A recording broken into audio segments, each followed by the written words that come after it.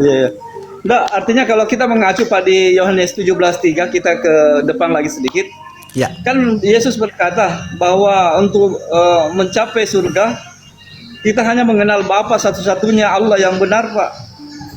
Berarti bukan Mm-mm. Yesus yang Allah Bapa di situ. Yesus hanya utusan Bapa. Nah, bagaimana dengan itu, Pak? Artinya Iya, tapi kalau kan memang oke, ya, sudah. ya silakan silakan. Iya, Artinya kan seakan-akan ada pertentangan di situ, Pak. enggak Dia ada sebagai pertentangan. utusan, dia juga sebagai Bapa.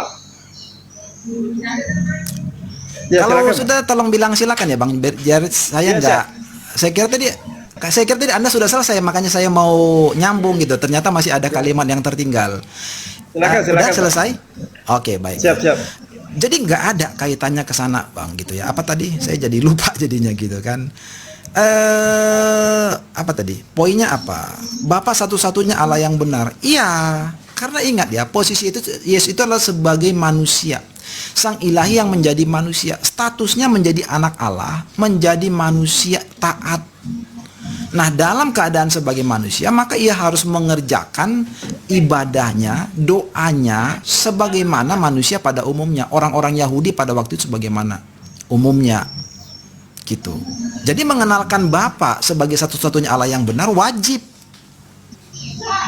Wajib gitu. Tapi itu tidak bisa kita lihat atas dasar itu, maka dengan demikian Yesus secara tidak langsung memisahkan dirinya dan mengakui dirinya bukan Tuhan. Gak bisa. Karena dia akan nabrak dengan ayat yang lain. Jadi cara pemahaman mengambil ayat itu lalu memotongnya, lalu memaknainya secara terpisah dengan ayat-ayat yang lain, itu nanti menjadi invalid, Bang Purwa.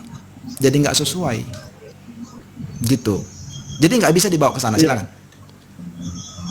Kemudian kita tinjau kembali ke di Yohanes 17:8, Pak. Ya. Yesus di situ kan mengatakan dia menerima firman dari Bapa. Mm-mm. Kemudian menyampaikan kepada murid-muridnya. Nah, berarti yang Tuhan itu kan Bapa. Jadi sudah kelop dengan Yohanes 17:3, dia adalah utusan, Pak, karena dia menerima firman dari Bapa. Jadi artinya antara Yesus dan Bapa ini kan dua entitas yang berbeda, Pak. Artinya kalau dilihat hakikatnya Bapa beda dan hakikat Yesus beda. Jadi dua entitas yang berbeda di situ, Pak. Dan tidak sama tinggi antara pengutus dan utusan. Silakan, Pak. Iya. Jadi cara pandang seperti itu akan nabrak Alkitab, Bang Purwa.